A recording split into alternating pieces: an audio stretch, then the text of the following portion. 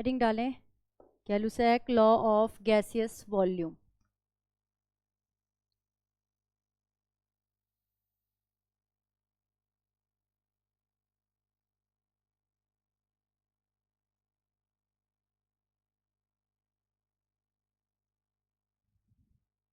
देखो इस लॉ में क्या होता है, ये लॉ केवल एप्लीकेबल है गैसियस सब्सटेंस के लिए, मतलब जितने भी गैसेस आपस में रिएक्शन करती हैं वो इस लॉ को फॉलो करती हैं।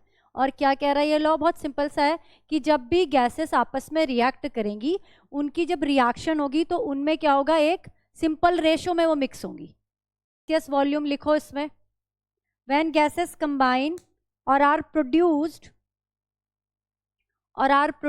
इन a chemical reaction, gases combines or are produced in a chemical reaction, they do so in a simple ratio by volume. Gas है तो उसका वॉल्यूम होगा, है ना। they do so in a simple ratio by volume provided all gas are at same temperature and pressure.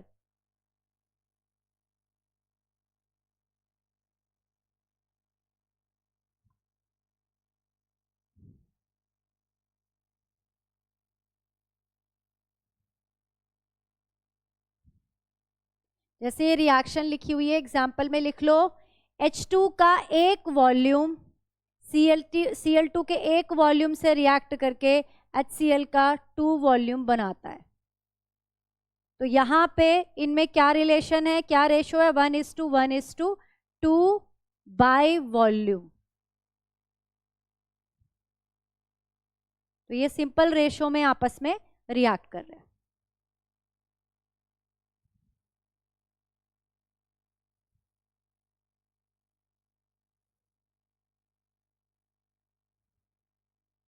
ठीक है, जैसे अगली रिएक्शन आपने लिखी, हाइड्रोजन ऑक्सीजन के साथ रिएक्ट करके क्या बना रहा है, H2O बना रहा है।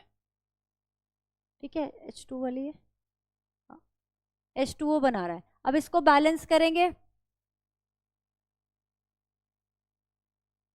हमेशा बैलेंस रिएक्शन में ही रेशो निकालनी है आपको। इसको बैलेंस किया तो ये आया। अब इसमें क्या रेशो आई, 2 वॉल्यूम ऑफ, हाँ, H2 react with 1 volume of oxygen produce 2 volume of water. तो 1:1:2। यहाँ पे याद रखेंगे कि H2O भी ना गैसियस स्टेट में ही है, क्योंकि ये लॉ हमेशा कहाँ लगाना है, गैसियस स्टेट वाली रिएक्शन में ही लगाना है।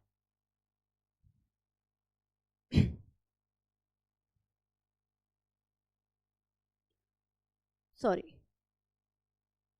2:1:2। ठीक है, लास्ट लॉ है, लिखे एवोगैड्रोस लॉ। क्या काम पूरा हो गया था आपका? अच्छा, समझ आ गया था? ठीक है,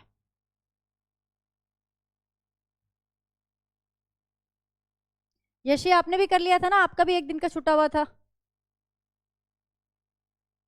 ठीक है, एवोगैड्रोस लॉ नोट कर लिया। एवोगैड्रो, क्योंकि आपने एवोगैड्रोस पढ़े हुए हैं ना, 9th में पढ़ा है, एवोगैड्रोस नंबर पढ़ा है ना, मोल्स में पढ़ा है। तो जब हम सब्सटेंस की बात करते हैं, अमाउंट की बात करते हैं, मोल की बात करते हैं, तो वहां पे ये वाला लॉ लगेगा, राइट। इस लॉ को लिखेंगे, एवोगैड्रो प्रपोज दैट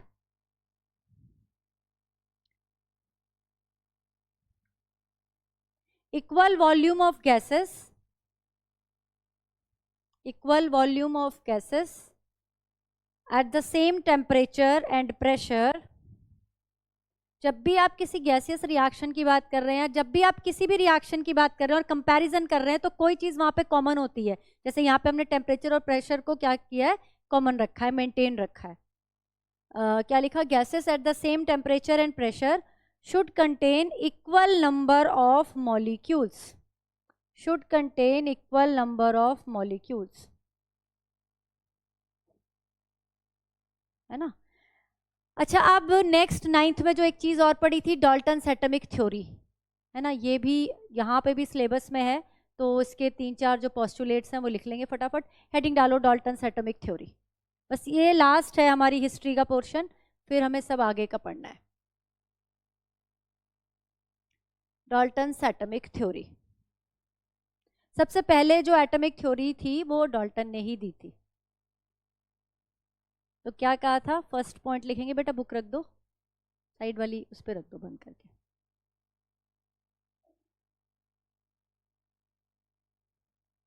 देखो, matter is made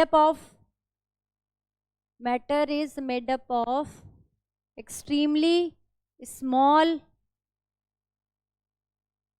indivisible, Dalton ने तो ये कहा था ना कि these are indivisible particle, indivisible particles called, क्या कहते हैं उनको, एटम।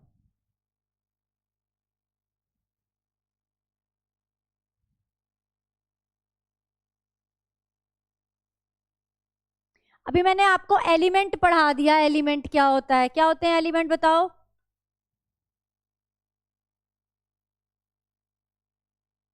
बताओ भाई, आप तीनों से पूछ रही हूँ जो ऑनलाइन में बैठे हो, क्या होते हैं एलिमेंट। यानी कि एक एलिमेंट के अंदर जो एटम होंगे वो सारे सिमिलर होंगे, और डिफरेंट एलिमेंट के अंदर डिफरेंट एटम होंगे। सोडियम के अंदर सारे एक जैसे एलिमेंट होंगे जो सोडियम को रिप्रेजेंट करेंगे।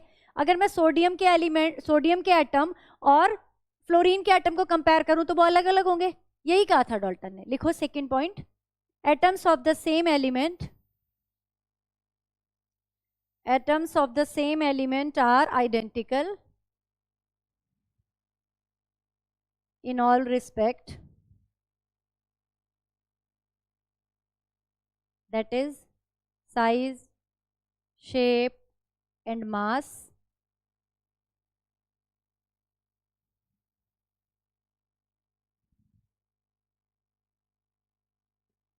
size, shape and mass. Atoms of different elements differ in masses,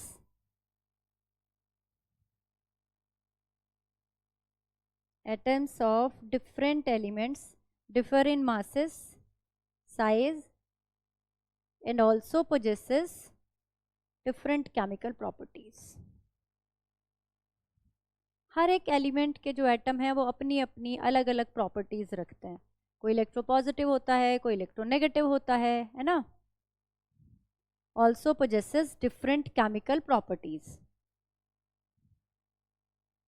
लिख लिया यहाँ तक, यशी, शाक्या?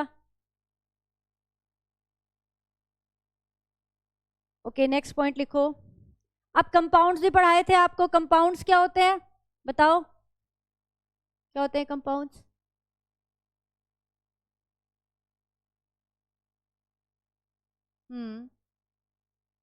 आप बताओ बेटा।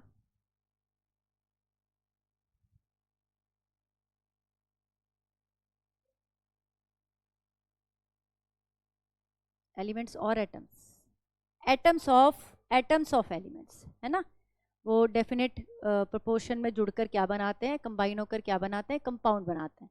देखें, compounds are formed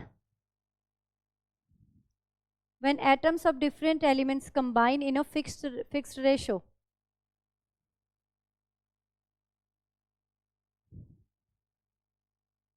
Compounds are formed when atoms of different elements combine in a fixed ratio. क्या नोट कर रहे हो आप? तो क्वेश्चन का आंसर क्यों नहीं दे रहे हो जब मैं पूछ रही हूं? तो वॉइस आ रही है आपको ठीक से ना?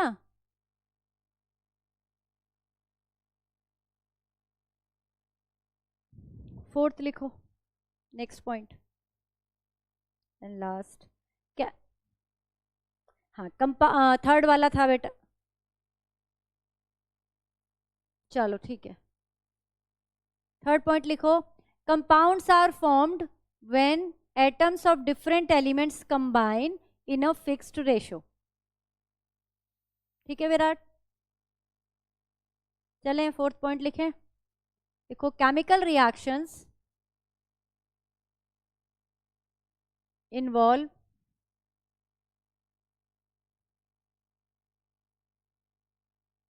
केमिकल रिएक्शन की डेफिनेशन क्या होती है, इसको लिखने से पहले बताओ क्या होते हैं केमिकल रिएक्शन के अंदर। 10th में आपने पढ़ी होगी ना, व्हाट इज केमिकल रिएक्शन, अगर कोई आपसे पूछे। इतनी सारी रिएक्शन पढ़ते हैं, जनरली जो रिएक्शन होती है वो तो सबको ही पता है कि रिएक्टेंट प्रोडक्ट बना रहे हैं, है ना। अब ऐसा भी नहीं है कि 2 ही रिएक्टेंट या 3 रिएक्टेंट रिएक्ट करेंगे, अकेला रिएक्टेंट भी प्रोडक्ट बना देता है डिकम्पोजिशन में। तो आप ये डेफिनेशन तो नहीं बता सकते कि रिएक्टेंट आपस में रिएक्ट करके प्रोडक्ट बनाते हैं। एक्चुअली रिएक्शन में हो क्या रहा होता है कि हाँ, ओल्ड जो बॉन्ड होंगे वो ब्रेक हो जाएंगे और न्यू बॉन्ड का फॉर्मेशन होगा। और एक और चीज लिखवाई थी मैंने विराट वहां पे कि रीअरेंजमेंट ऑफ एटम्स होता है। क्या होता है?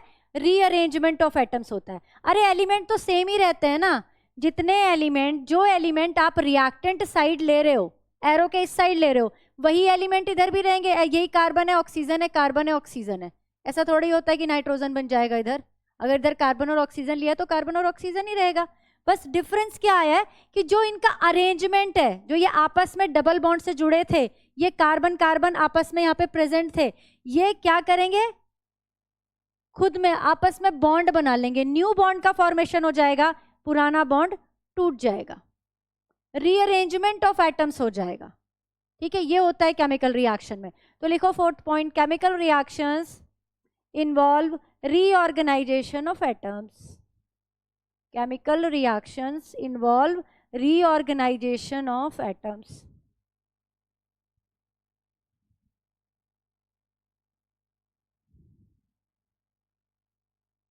These are neither created nor destroyed in a chemical reaction.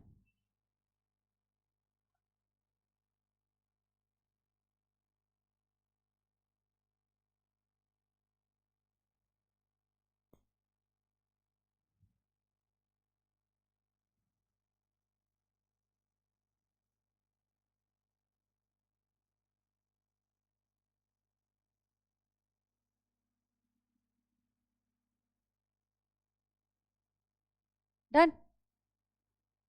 चलो, अब हम ये सब पढ़ चुके हैं।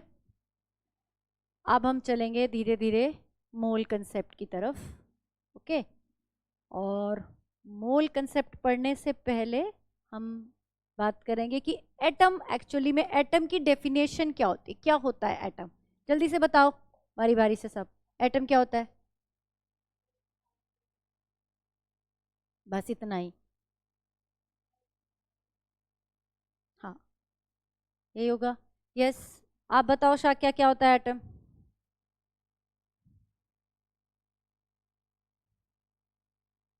बस स्मॉलेस्ट, अब तो इंडिविजिबल रहा ही नहीं है, डाल्टन के बाद तो ये इंडिविजिबल रहा ही नहीं था, है ना। रदरफोर्ड आए, चैडविक आए, सबने बता दिया, कोई न्यूट्रॉन भी है इसमें, तो प्रोटॉन भी है इसमें, तो इलेक्ट्रॉन भी है। लिखो the smallest particle of matter, the smallest particle of matter which participate in a chemical reaction. किसी भी केमिकल रिएक्शन में जो सबसे स्मॉलेस्ट पार्टिकल पार्टिसिपेट करता है उसको हम एटम कहते हैं। The smallest particle of matter which participate in a chemical reaction.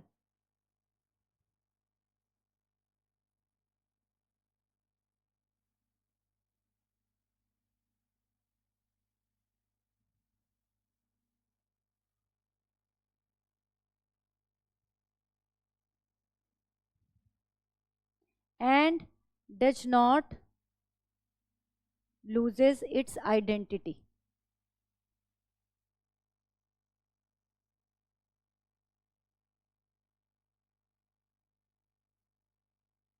It's identity इसकी चेंज नहीं होगी during the reaction, carbon carbon ही रहेगा, अभी हमने ये बात करी थी, है ना। मॉलिक्यूल की आइडेंटिटी चेंज हो जाती है, मॉलिक्यूल की आइडेंटिटी चेंज हो जाती है।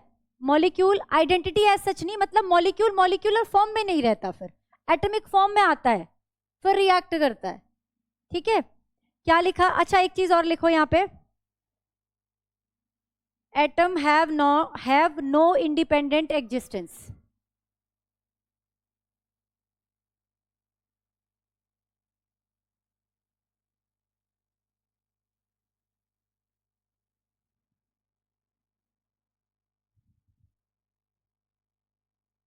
Independent existence.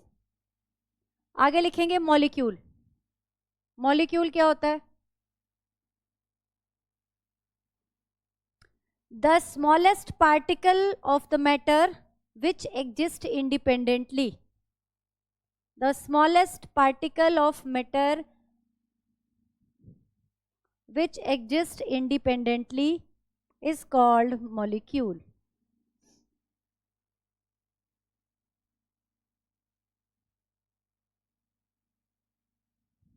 यहां तक नोट हो गया यशी? अगला हेडिंग डालेंगे बेटा एटॉमिक मास या relative atomic mass. Atomic mass actually जो हम एटॉमिक मास बोलते हैं ये रिलेटिव एटॉमिक मास होता है, क्योंकि हम किसी एटम के रेफरेंस एटम के रिलेशन में इसको निकाल रहे हैं, है ना। Relative atomic mass.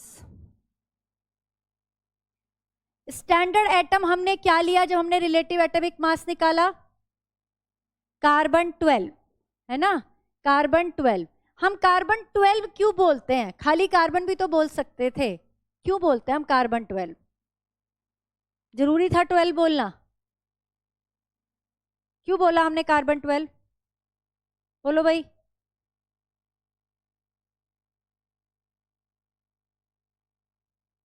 हाँ, क्योंकि कार्बन के और भी आइसोटोप होते हैं। कार्बन एज ए कार्बन 14 भी तो प्रेजेंट होता है। कहां पे यूज होता है कार्बन 14? एज निकालने में, ठीक है, डेटिंग में, एजिंग में, इनमें यूज होता है ना। किसी भी कोई पेड़ है उसकी आपको एज निकालनी है तो वहां पे यूज किया जाता है, ठीक है, C14 जो होता है। तो हमें C12 चाहिए, 14 नहीं चाहिए। तो इसीलिए हम कहते हैं कि कार्बन 12 यहाँ पर क्या हुआ, स्टैंडर्ड क्या लिया, एटम लिया, रेफरेंस एटम हमने क्या लिया, कार्बन 12 लिया। अब लिखें जरा,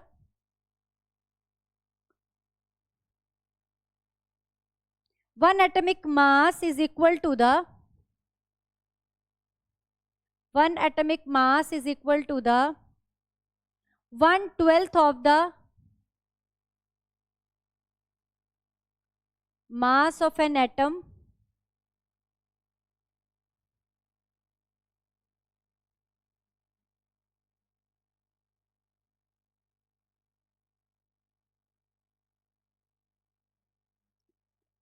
क्या बोला बेटा मैंने? 1/12 of the mass of an atom of carbon 12 isotope, carbon 12 isotope।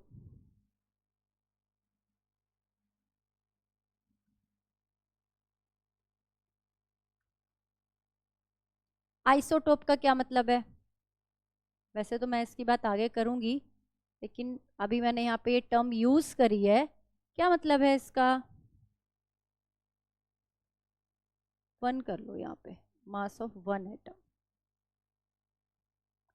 क्या मतलब है आइसोटोप का? पढ़ा है कभी, सुना है?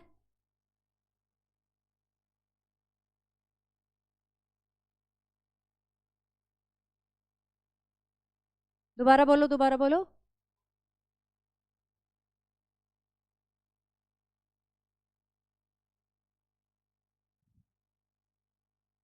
प्रोटॉन्स एंड इलेक्ट्रॉन्स नहीं कहेंगे, सिर्फ प्रोटॉन्स कहेंगे, ठीक है। Which have same number of protons, same number of protons, है ना, उनको कहेंगे आइसोटोप्स। क्योंकि सेम नंबर ऑफ इलेक्ट्रॉन वालों को आइसो इलेक्ट्रॉनिक स्पीसीज कहते हैं बेटा, ठीक है।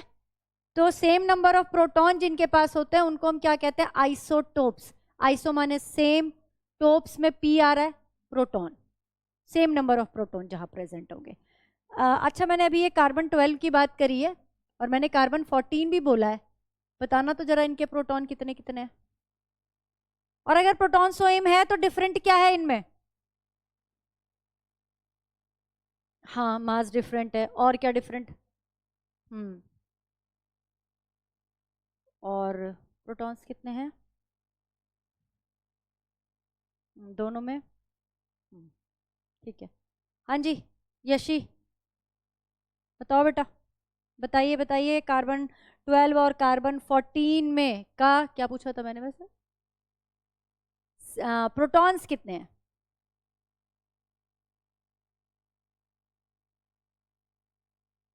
दोनों में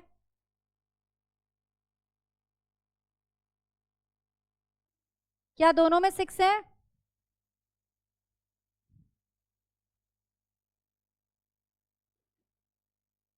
यशी मैं आपसे पूछ रही हूं, क्या दोनों में 6 हैं?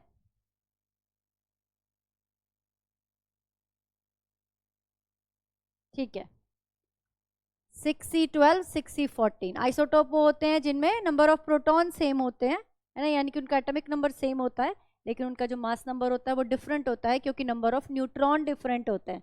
अच्छा चलो, एटॉमिक मास की आपने डेफिनेशन लिख ली, है ना।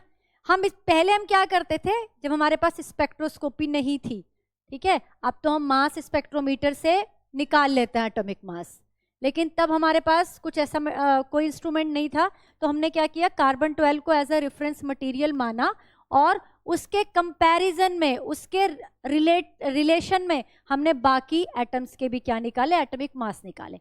देखो जैसे मास ऑफ 1 नाइट्रोजन एटम कितना होगा, अगर आपको निकालना है मास ऑफ 1 नाइट्रोजन एटम, एक नाइट्रोजन एटम का मास निकालना है, तो आप क्या करोगे, देखो ये क्या होता है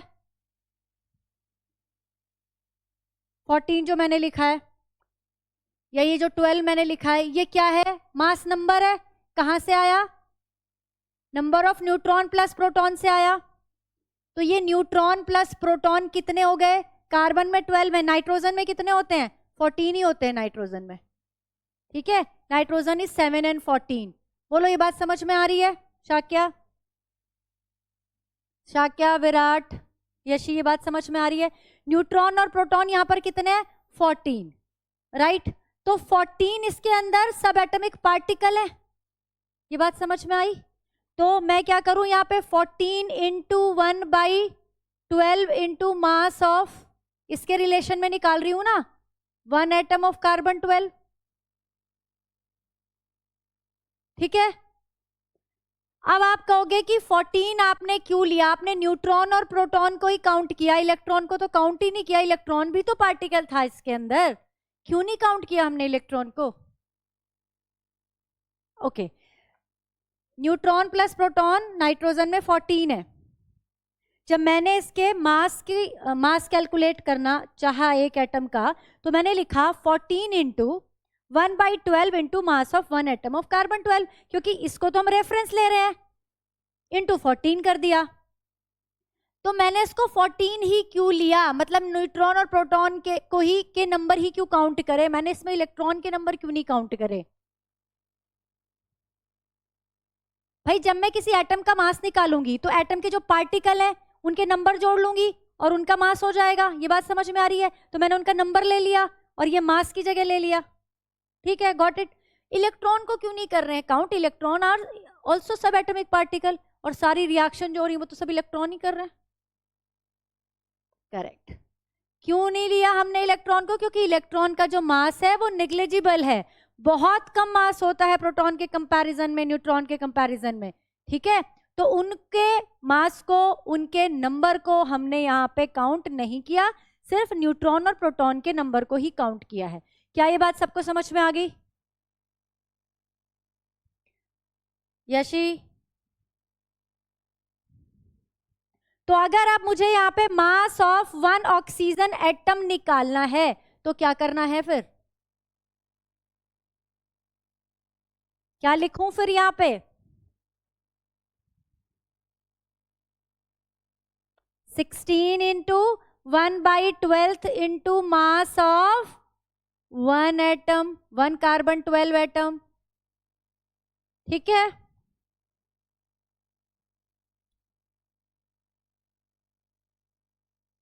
अब देखो मैं एक एटम का मास यहाँ लिख रही हूँ, मैं ऑक्सीजन का लिख रही हूँ, मैं नाइट्रोजन का लिख रही हूँ, फिर उसके बाद इतनी लंबी कहानी लिखनी पड़ रही है हमें। अब हम इस कहानी से बचना चाहते हैं तो हम क्या करेंगे, यहां तक लिखने के बाद दोबारा इस लाइन को कॉपी करो और फिर इस पूरे की जगह हम क्या लिख सकते हैं, AMU, atomic mass unit. Clear हो गई ये बात समझ में आई, बोलो जल्दी, है ना। AMU लिख सकते हैं। तो अगर आपसे कोई 1 AMU की वैल्यू पूछ रहा है तो वो क्या थी? ये 1 AMU की वैल्यू है 1/12 into mass of 1 carbon 12 atom. This is the meaning of 1 AMU।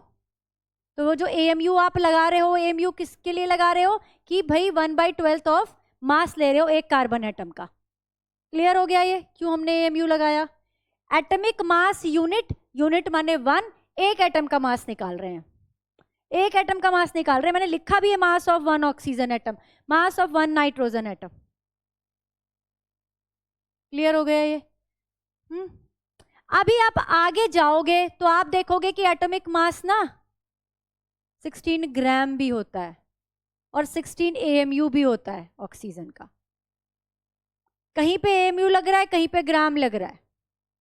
तो इस कंफ्यूजन को भी हम थोड़ी देर में दूर करेंगे कि कब आपको ग्राम लगाना है, कब आपको AMU लगाना है।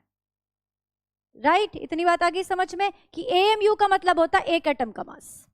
अगर एक एटम का मास आपसे पूछ रहा है तो वो क्या होगा? AMU में रिप्रेजेंट किया जाएगा। AMU इसकी यूनिट है। ठीक, लिखे। atomic mass is a number, atomic mass is a number which tells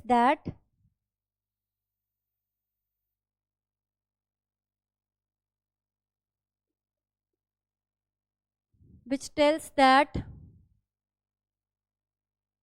how many times an atom of an element, how many times an atom of an element is heavier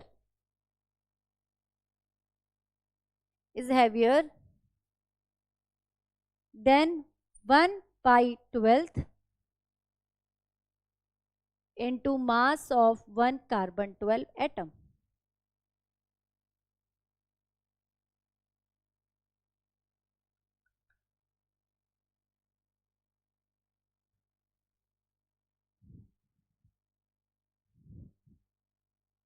note कर लिया है ना?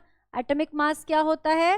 वो number होता है जो हमें क्या बताता है कि इससे इससे कितना गुना भारी है। भाई इससे कितना गुना भारी है? ये 14 गुना भारी है ना, ये 16 गुना भारी है ना। ठीक है, ये बात हो गई क्लियर सबको? अब क्या लिखो, दोबारा से लिखो 1 AMU इज इक्वल टू ये लिखो दोबारा से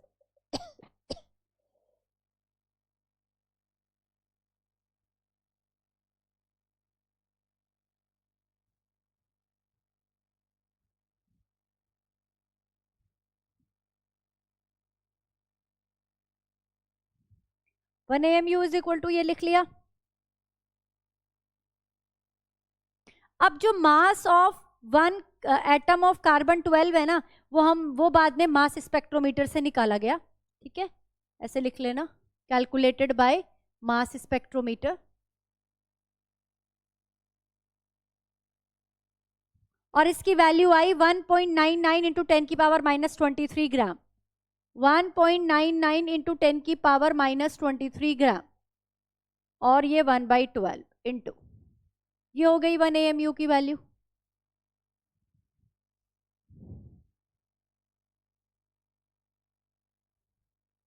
अब इसको सॉल्व करेंगे तो वैल्यू आएगी 1.66 इंटू 10 की पावर माइनस 24 ग्राम। इसको आप बहुत अच्छे से याद करेंगे। अगर AMU को ग्राम में कन्वर्ट करना, अगर AMU को ग्राम में कन्वर्ट करना, इससे मल्टीप्लाई कर देंगे। AMU का और ग्राम में कन्वर्जन है ये बेटा, बहुत इंपॉर्टेंट है ये। 1.66 इंटू 10 की पावर माइनस 24।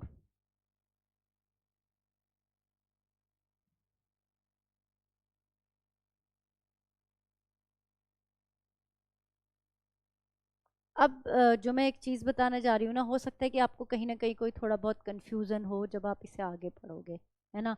दिमाग में आएगा कि क्यों 14 लिया हमने, क्यों 12 लिया हमने। ठीक है, तो एक छोटी सी चीज़ ना है तो बॉक्स में या कैसे भी ना अलग से अपनी नॉलेज के लिए नोट कर लो। देखो, जब आप मास ऑफ प्रोटॉन लेते हो, मास ऑफ प्रोटॉन होता है 1.67 इंटू 10 की पावर माइनस 23 होता है, 24 ग्राम। ये मास ऑफ प्रोटॉन है, ठीक है। और जो मास ऑफ न्यूट्रॉन होता है ना, वो भी लगभग इसी के बराबर होता है। तो मास ऑफ न्यूट्रॉन लगभग किसके बराबर होता है? मास ऑफ प्रोटॉन के। ये सब चीजें एक्चुअली हमें बाद में पता चली थी, हमने उसी से फिर सब चीजें निकाली हैं। ये चीज समझ में आ गई? ये चीज तो फिक्स है। यशी, ये चीज समझ में आ गई? ये लिखी आपने? ये आपकी नॉलेज के लिए अलग से बता रही हूँ, कहीं कोट करने के लिए, कहीं एग्जाम में लिखने के लिए नहीं है, ये आपकी नॉलेज के लिए। तो ये वैल्यू देख रहे हो, इस वैल्यू के बराबर सी लग रही है कि नहीं लग रही? बराबर है। तो मैं ये लिख सकती हूँ कि mass of proton is equal to 1 AMU। एक प्रोटॉन का mass is equal to 1 AMU, कह सकते हैं ना।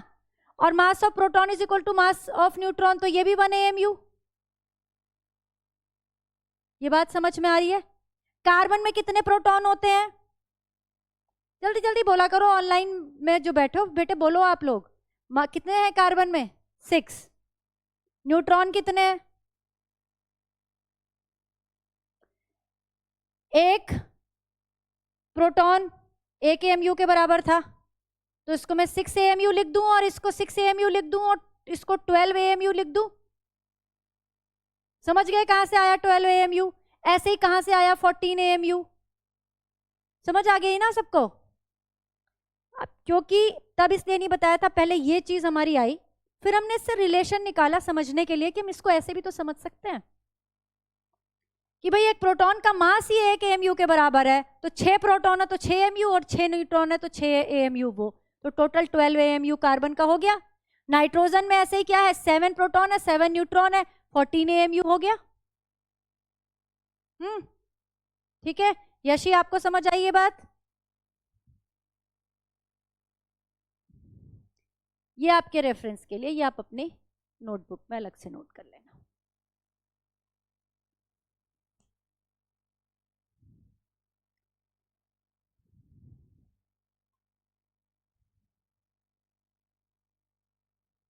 और इलेक्ट्रॉन का मास हमने क्या कहा था? प्रोटॉन के मास से बहुत छोटा होता है, इसलिए उसको हमने काउंट नहीं किया था। Actually mass of proton electron is equal to इतना, बहुत कम है ना, तो इसीलिए हम इसको कंसीडर नहीं करते।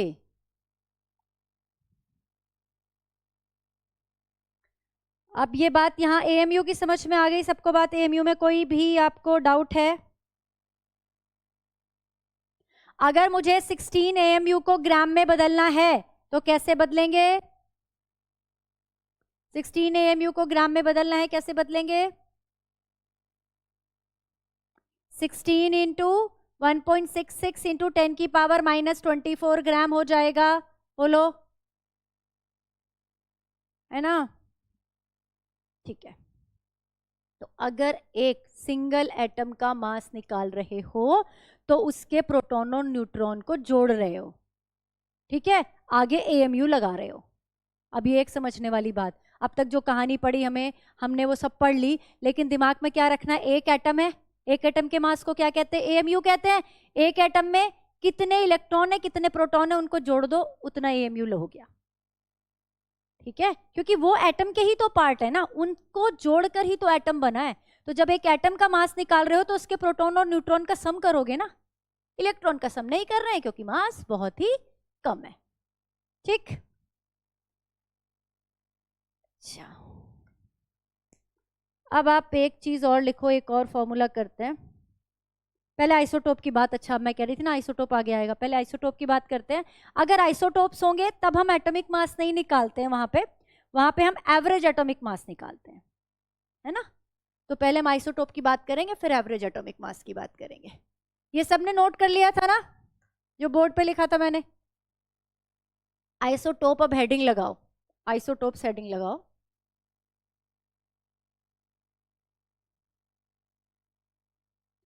यशी बेटा आपको भी एक्नॉलेज करना है हर बात को, है ना, क्योंकि आप मुझे दिखाई तो दे नहीं रहे हो। तो जितना इंटरेक्टिव रहोगे उतना ही क्लास आपको अच्छी लगेगी, नहीं तो फिर मोनोटोनस हो जाएगी, है ना। मैं बोलती रहूंगी, आप सुनते रहोगे, बोर हो जाओगे। और कहीं भी डाउट हो तो पूछा करो, चलिए आइसोटोप्स लिख लिया, लिखो इसमें atomic number same but atomic mass different, atomic number same but atomic mass different, उनको हम क्या कहते हैं? आइसोटोप्स कहते हैं। अभी हमने कार्बन के आइसोटोप की बात करी थी, जैसे फॉर एग्जांपल 6C12, 6C13 भी होता है, 6C14। और किसी एलिमेंट के पता है आपको आइसोटोप? आइसोटोप एलिमेंट के होते हैं, एक ही एलिमेंट के होते हैं। और एक बात का ध्यान रखना, ऐसा नहीं होता आइसोटोप में कि हाइड्रोजन और कार्बन के एक जैसे हो गए, वो आइसोटोप बना दिए। ये बात समझ में आ रही है? क्यों होते हैं आइसोटोप एक ही एलिमेंट के? ये बताओ जरा, थोड़ा सा दिमाग लगाओ, क्यों होते हैं आइसोटोप्स एक ही एलिमेंट के? करेक्ट, क्योंकि एटॉमिक नंबर सेम होता है, और एक ही एलिमेंट का एक एटॉमिक नंबर होगा, दूसरे का तो उससे डिफरेंट ही होगा, है ना? तो इसीलिए जो आइसोटोप्स होते हैं वो एलिमेंट के होते हैं। और कौन कौन, और कोई आइसोटोप पता है आपको कार्बन के अलावा?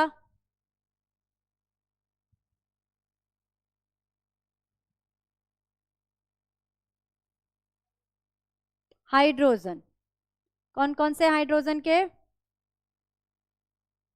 इनके नाम पता है तीनों के? ये मैंने कार्बन के लिखे, ये बोरोन, ये हाइड्रोजन, इनके नाम बताओ।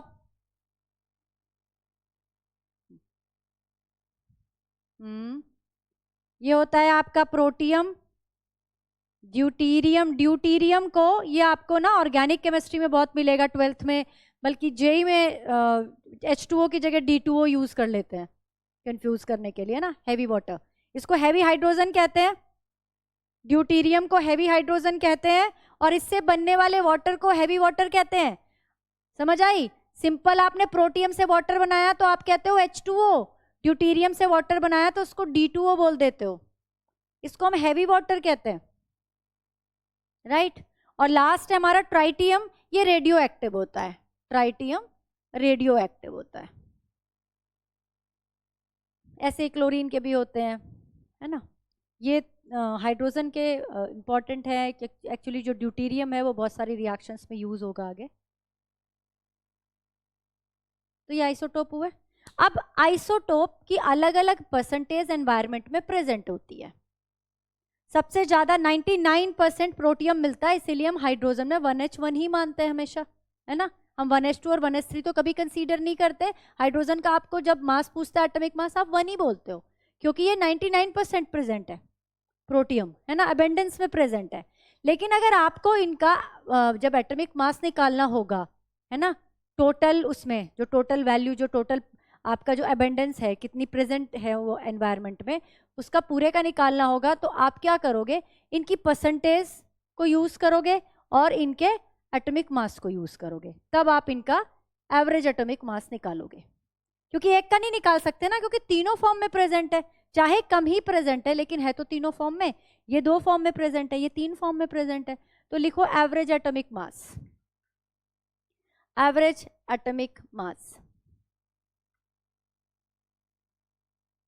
एवरेज एटॉमिक मास में लिखो many naturally occurring elements, many naturally occurring elements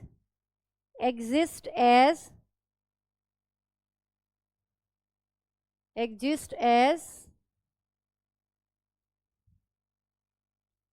more than one isotope.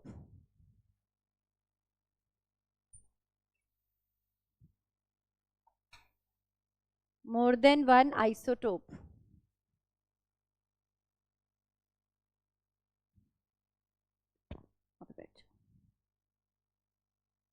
Thus, in such cases, atomic mass of the element is taken as the average value. In such cases, the atomic mass of the element is taken as the average value. ठीक है?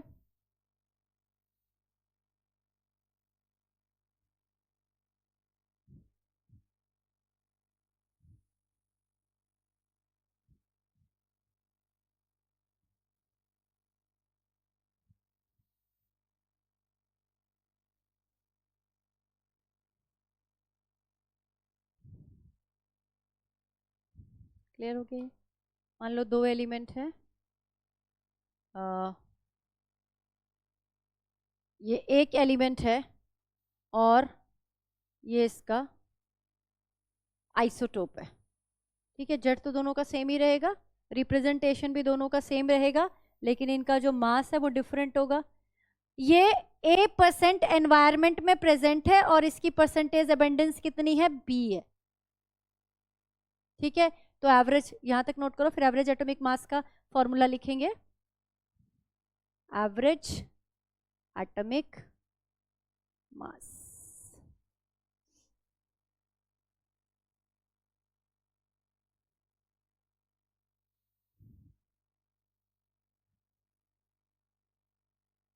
Atomic number,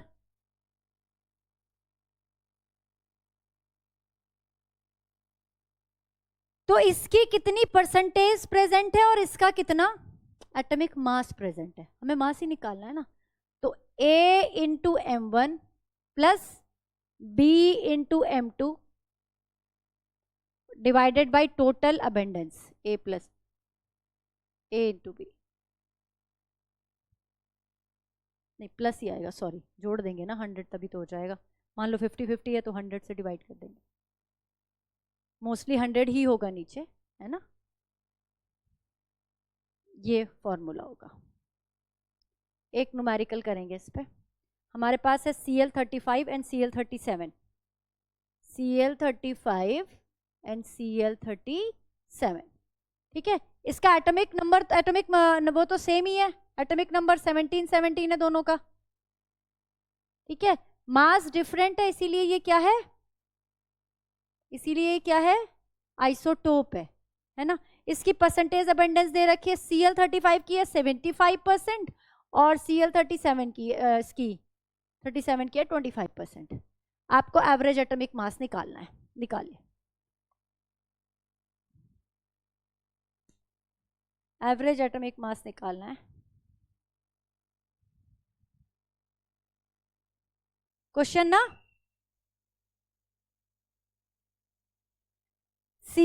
Cl35 है, Cl37 है।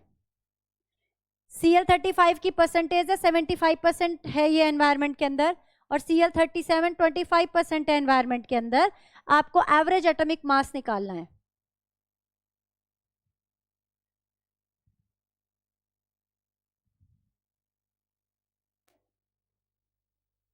Light चली गई है ना,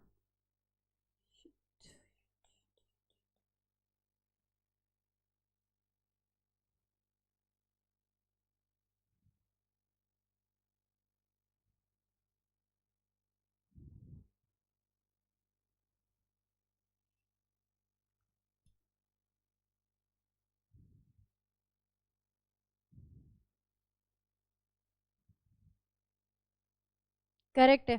आगे क्या लगाएंगे सिंबल? AMU लगाएंगे। अब आपने क्या करना है, U लगा देंगे। अब क्यों लगाया U? AMU को अब हम U से रिप्रेजेंट करने लगे, क्योंकि जो AMU था that is called atomic mass unit, है ना।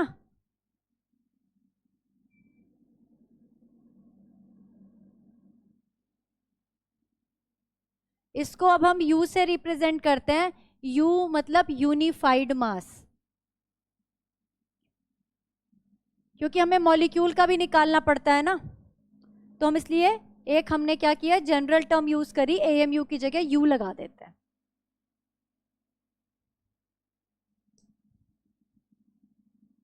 ठीक है भाई। ग्राम एटॉमिक मास, अब दूसरी चीज लिखेंगे। अभी तक आपने क्या करा था, एवरेज एटॉमिक मास पढ़ा था, रिलेटिव एटॉमिक मास पढ़ा था। अब हमारे पास है gram atomic mass. Gram atomic mass लिखो, यानी कि एटॉमिक मास को हमने ग्राम में कैलकुलेट किया है। AMU में नहीं किया, ग्राम में किया, ठीक है। लिखेंगे it refers to the atomic mass of an element expressed in grams.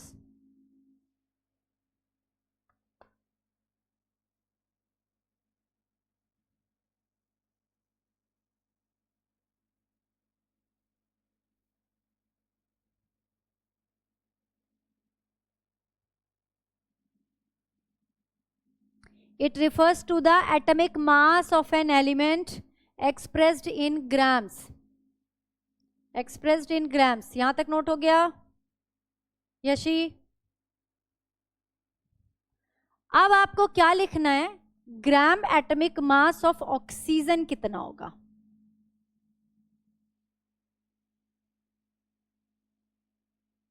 Gram atomic mass of oxygen होगा 16 ग्राम, 16 ग्राम। अब यहां से कंफ्यूजन होगा स्टार्ट कि 2 मिनट पहले हम ऑक्सीजन का मास कह रहे थे 16 AMU, अब हम कह रहे हैं 16 ग्राम, जबकि AMU को ग्राम में कन्वर्ट करने के लिए 1.66 इंटू 10⁻⁻24 से मल्टीप्लाई करना पड़ता है, तब AMU ग्राम में कन्वर्ट होता है। और जब AMU ग्राम में कन्वर्ट होता है तो ये 16 से कुछ और वैल्यू आ जाएगी। तो हमने 16 ही क्यों रखा? क्या इसका रीजन किसी को पता है?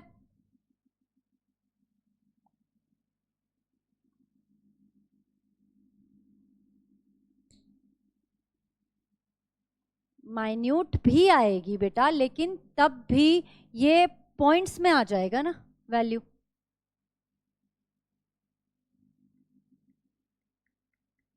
बात ठीक है आपकी? बहुत कम होती है वैल्यू, इसलिए हमने नेग्लेक्ट कर दी, लेकिन फिर हमने यूनिट क्यों चेंज करी? देखो, जब भी आपसे, जब आप क्वेश्चन करोगे है ना, वहां पे आपको एक जगह दिया होगा 16 ग्राम में कितने एटम है, फिर दूसरी जगह क्वेश्चन दिया होगा 16 AMU में कितने एटम है। अब 16 AMU में एक एटम है, ये मैं आपको बता चुकी हूं, क्योंकि 16 AMU का मतलब ही है एटॉमिक मास यूनिट, एक यूनिट का मास। ये बात समझ में आ गई? 16 AMU में एक एटम है, लेकिन 16 ग्राम में एक एटम नहीं है। तो जब मैंने लिखा, इसका मतलब 16 AMU में एक एटम है, एक एटम का मास था ना ये, वो खोल देगी। और जब मैंने कहा 16 gram, it is not equal to 1 atom, ये डिफरेंस है, इसीलिए ग्राम और AMU का डिफरेंस है। एक्चुअली जो ग्राम एटॉमिक मास है उसमें आप क्या लिख रहे हो, आप एक बार अपनी डेफिनेशन पढ़ो, उसमें कहीं पे मैंने आपको ये लिखवाया कि ये एक एटम का मास होता है। ग्राम एटॉमिक मास में मैंने क्या लिखवाया? इसको बंद कर दिया करो, मच्छर आ जाते हैं। ग्राम एटॉमिक मास में मैंने क्या लिखवाया है? पढ़ो definition. Atomic mass of an element, मैंने ये तो कहा ही नहीं कि atomic mass of one atom. अब एलिमेंट के अंदर कितने भी मास हो, कितने भी एटम हो सकते हैं। अरे एक एटम के मास की बात थोड़ा ही कर रही हूं, एलिमेंट में तो बहुत सारे एटम हो सकते हैं ना, ठीक है। तो हम एलिमेंट के अंदर क्या कहते हैं, यहाँ पे जब हम मास की बात कर रहे हैं, जब हम ग्राम में मास की बात कर रहे हैं, जब हम ग्राम एटॉमिक मास की बात कर रहे हैं, तो इसका मतलब हम यहाँ पे 1 मोल एटम की बात कर रहे हैं। क्या कह रहे हैं हम? 1 मोल एटम की बात कर रहे हैं, ठीक है। तो जब हम 1 मोल ऑफ वन एलिमेंट के मास की बात करें तो हम ग्राम में वैल्यू रखते हैं। मैं ये प्रूव करके दिखाऊंगी कि कैसे ग्राम और AMU बराबर हो गया, वो मैं अगली क्लास में आपको प्रूव करके दिखाऊंगी, अभी तो टाइम कम है। लेकिन ये बात समझ में आई कि ये एक एटम के बराबर नहीं होता 16 ग्राम। 16 ग्राम के बराबर कितने हैं? 1 मोल एटम है इसके अंदर। ये 1 मोल एटम का मास है 16 ग्राम, और ये 1 एटम का मास है 16 AMU। ये याद रखो, ये डिफरेंस समझ में आ गया। अब जब ये 1 मोल का मास है और 1 मोल में 6.022 इंटू 10 की पावर 23 एटम होते हैं। अब इस क्वेश्चन का आंसर आप ढूंढ के लाएंगे। एक एटम का मास 16 AMU और 6.022 इंटू 10 की पावर 23 एटम का मास भी 16 ग्राम, दोनों का मैग्नीट्यूड सेम ही है। ये बात समझ में आ रही है? क्वेश्चन समझ में आया मेरा? ऐसा कैसे पॉसिबल हुआ? ये तो इतने छोटा नंबर नहीं है ना कि इसको नेग्लेक्ट कर लें, तो बहुत बड़ा नंबर है, 10 की पावर 23 है। इसका मास भी 16 और इसका एक का मास भी 16। ये चीज आप ढूंढ के लाएंगे, नेक्स्ट क्लास में हम डिस्कस करेंगे कि ऐसा क्यों हुआ। ओके चलो, ओके बेटा, बाय बाय बाय।